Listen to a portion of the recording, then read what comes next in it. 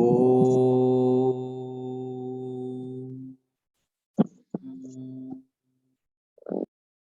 अज्ञानतिमिरन्धस्य ज्ञानञ्जनशलाकया चक्षुरुन्मिलितं येन तस्मै श्रीगुरुवे नमः।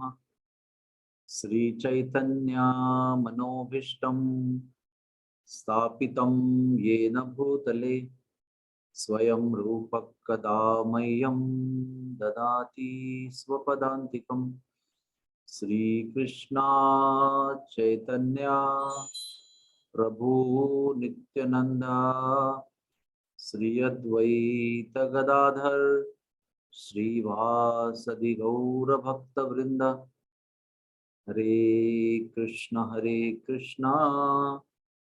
कृष्ण कृष्ण हरे हरे, हरे राम राम राम हरे हरे। हरे कृष्ण। हमारे दो प्रकार के शरीर हैं, एक है स्थूल शरीर और दूसरा है सूक्ष्म शरीर। स्थूल शरीर जो है हम एक दूसरे को देखते हैं उसके माध्यम से, और सूक्ष्म शरीर जो है वो मन, बुद्धि और अहंकार से बनता है, जिसको हम आंखों से देख नहीं सकते लेकिन अनुभव कर सकते हैं। दूसरों का मन का भी अनुभव कर सकते हैं, अपने मन का भी अनुभव कर सकते हैं। तो मन का स्वभाव क्या है? मन के तीन स्वभाव हैं: विचार करना, अनुभूति करना और इच्छा करना। Thinking, feeling and desiring. तो थिंकिंग जो है, जिसको हम दूसरी भाषा में चिंतन भी कह सकते हैं, ये जो मन का चिंतन है ये निरंतर चलते रहता है, चाहे आप भक्त हो या ना हो। मन जो है वो निरंतर चिंतन करते रहता है, चाहे वो विषयों पर हो, चाहे वो वैराग्य पर हो, चाहे वो कृष्ण पर हो, लेकिन चिंतन जो है वो सदैव चलते रहता है। यहाँ तक कि निद्रा के समय भी चिंतन चलते रहता है, जिसको हम स्वप्न कहते हैं, जिसमें हम कभी कभी डिस्टर्ब हो जाते हैं। लेकिन ये चिंतन जो है ये हमारे जीवन का एक अविभाज्य अंग है। तो भगवान कृष्ण गीता में कहते हैं, ध्यायतो विषया पुंसाम, कि जब हम विषयों पर चिंतन करते हैं, विषय का अर्थ क्या है? जो हमारी इंद्रियां हैं उनकी जो भोग्य वस्तु है उसको विषय कहते हैं। जैसे कि भोजन जो है वो जिह्वा का विषय है, दृश्य जो है वो आंखों का विषय है, रूप, प्रकृति, किसी का सौंदर्य। उसी प्रकार से बहुत सारे विषय हमारी इंद्रिय भोग्य हैं जिस पर हम चिंतन करते हैं। तो जब हम ध्यायते विषयाम पुंसाम, तो क्या होता है? किसी भी विषय पर हम चिंतन करते हैं, उस विषय पर हमारी आसक्ति बन जाती है। कोई भी विषय हो, किसी के लिए माँ के लिए बेटा हो, पिता के लिए कन्या हो, किसी पुरुष के लिए स्त्री हो, स्त्री के लिए पुरुष हो, जब हम उस विषय का चिंतन करते हैं तो भगवान कहते हैं कि उस विषय के प्रति आसक्ति निर्माण होती है। और जब आसक्ति निर्माण होती है तो हम उस वस्तु को प्राप्त करना चाहते हैं जिसका हम ध्यान करते हैं। उसी तरह से अगर हम कृष्ण का ध्यान करेंगे तो कृष्ण के लिए हमारे मन में आसक्ति उत्पन्न हो जाएगी, और जब आसक्ति उत्पन्न हो जाएगी तो हम कृष्ण को प्राप्त करने के लिए प्रयास करेंगे, कोशिश करेंगे, प्रयत्न करेंगे। तो क्या करना है हमें? हमें हमारे चिंतन का विषय बदलना है। अभी जो ऑटोमेटिकली उत्स्फूर्त तरीके से विषयों का चिंतन हम करते हैं, किसी को बताना नहीं पड़ता है कि भोजन के समय पे अलग अलग व्यंजनों का विचार करो, युवा अवस्था के व्यक्ति को बताना नहीं पड़ता है कि सुंदर पुरुष, सुंदर लड़का या सुंदर लड़की का चिंतन करो। जहां मन लगता है उसी का चिंतन शुरू हो जाता है, जो अच्छा लगता है उसका चिंतन करने लगते हैं। तो हमें क्या करना है, विषयों के प्रति जो हमारा मन के चिंतन का वेग है उसको अभी भगवान की ओर प्रयत्न पूर्वक मोड़ना है। प्रयत्न पूर्वक शब्द बहुत इंपॉर्टेंट है, क्योंकि ऑटोमेटिकली हमारा चिंतन भगवान पर नहीं होगा। उसके लिए निश्चय करना होगा, उसके लिए संग करना होगा, उसके लिए इच्छा उत्पन्न करनी होगी, उसके लिए श्रवण करना होगा।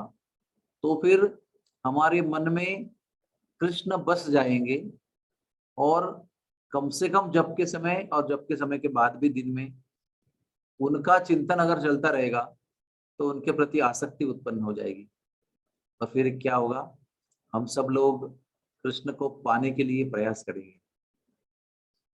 We will work hard to achieve Krishna. तो आइए, भगवान का भी ये कहना है, साधुओं का भी यही कहना है, चिंतन का विषय बदलो, विषयों से हटाकर चिंतन को कृष्ण की चरणों में लाओ, और यही जीवन की प्राप्ति है। नहीं तो विषयों का चिंतन तो हम अनंत जन्मों से करते आ रहे हैं। कुत्ता, बिल्ली, पंछी, कीटक, मछली, पेड़, ये सभी जीवन में हम उस जीवन के इंद्रियों के विषयों का चिंतन और आसक्तियां हम प्राप्त करते ही आ रहे हैं। तो मनुष्य जीवन भी अगर विषयों पर चिंतन में जाएगा तो फिर वो पशु समान होगा। मनुष्य जीवन तब होगा जब चिंतन का विषय प्रभु होंगे, ठाकुर जी होंगे, भगवान होंगे, श्याम सुंदर जी होंगे। तो ये जीवन भी सफल होगा, इंद्रियां भी हमारी पवित्र होगी, मन भी पवित्र होगा, और ये न केन प्रकारेण मन कृष्ण निवेशयेत। इस चिंतन का परिणाम क्या है, ये कृष्ण नाम, ये कृष्ण व्यक्ति जो है, भगवान कृष्ण, इनका निवेश मन में होना चाहिए। निवेश यानी इन्वेस्टमेंट। ये न केन प्रकारेण का अर्थ है कुछ भी करके, किसी भी तरह से, किसी भी प्रकार से, तरीके से इस मन में कृष्ण को बसाना है, उन्हीं का चिंतन करना है। हरे कृष्ण कृष्ण कृष्ण हरे हरे, हरे राम राम राम हरे हरे। किसी का कोई प्रश्न है?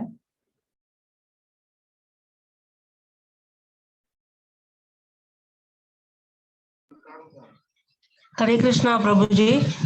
हाँ रेखा माता। वो जैसे आप बोल रहे हैं ना कि ये चिंतन जो है इधर उधर भागता है, तो मेरे साथ तो बहुत होता है। मैं बहुत कोशिश करती हूँ कि पूरे टाइम कृष्ण कॉन्शियस में रहना चाहिए, और समझता भी है कि ये बराबर है करके, लेकिन इतनी मतलब अभी का इंसिडेंट, मैं अभी व्हाट्सएप खोलने के समय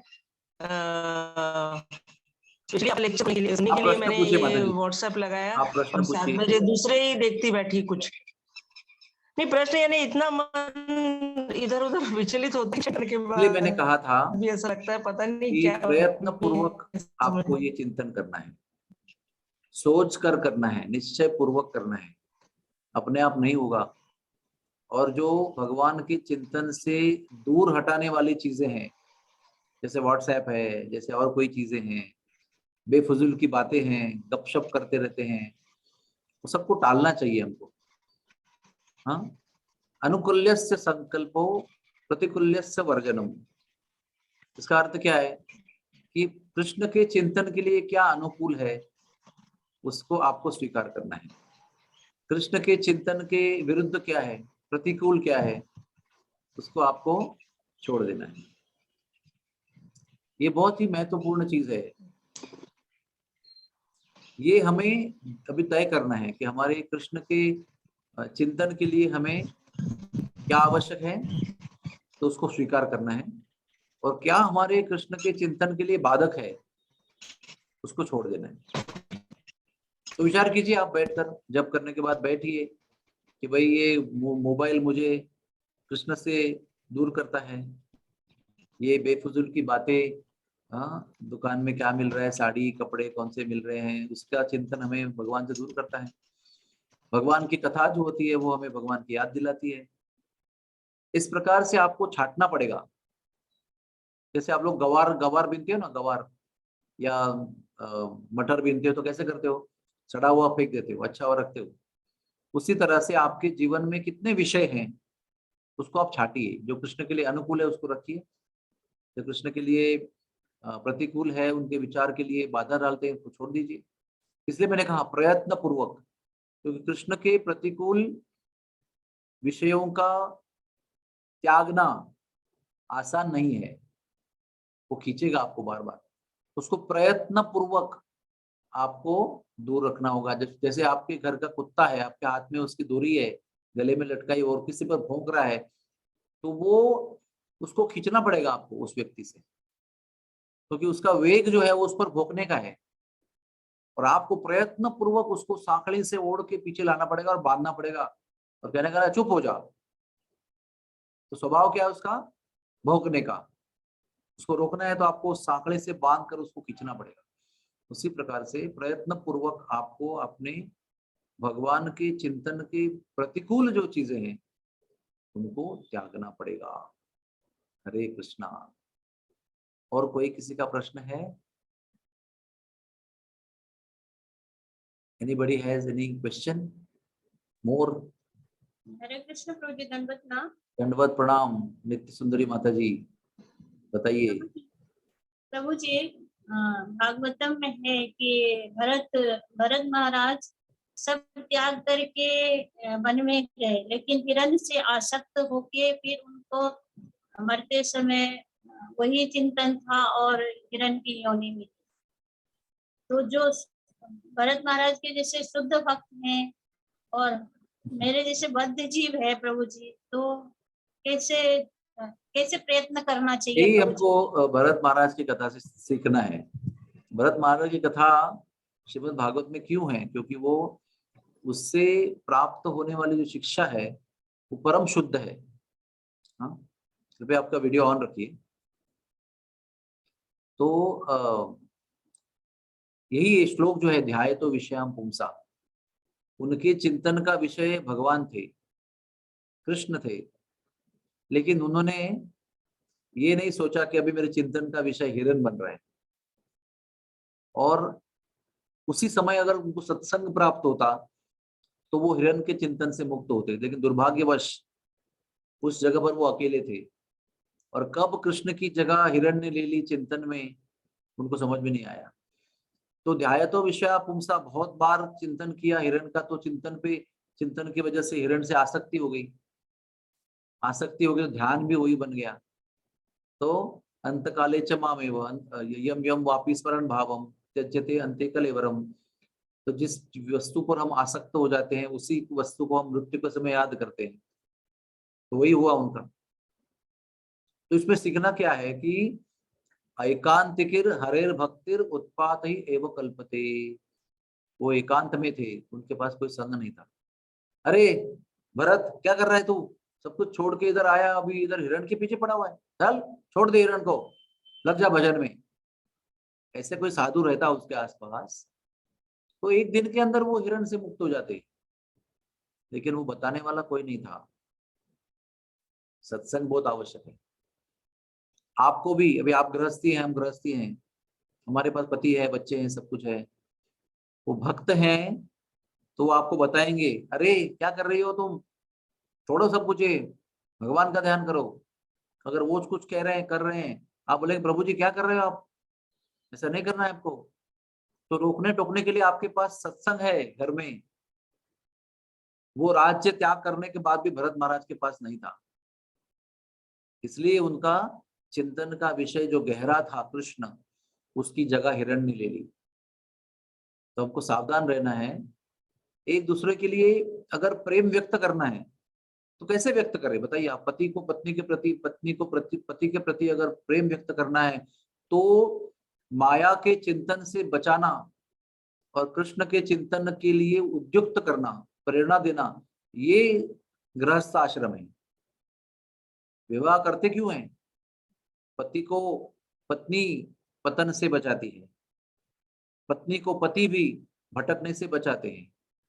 और घर में सत्संग होता है, दोनों मिलके जप करते हैं, और एक दूसरे की जब भी कोई मन भटकता है तो एक दूसरे को बचाते हैं पति पत्नी। तो हम लोग इस तरह से गृहस्थ आश्रम को देखना चाहिए। तो आपके मन को भटकने की कोई चांस नहीं है। एक दूसरे पे भरोसा रखो और उनके टोकने पर बुरा मत मानो, उससे आप बचेंगे। तो भरत महाराज के साथ में हुआ वो आपके साथ नहीं हुआ। ठीक है, हरे कृष्ण। थैंक यू प्रभु जी। और कोई प्रश्न है किसी का? जय हो। सो आज का टेक होम मैसेज है, चिंतन का विषय बदलो, प्रयत्न पूर्वक कृष्ण को चिंतन का विषय बनाओ, तब हमारा जीवन सफल होगा। Thank you very much.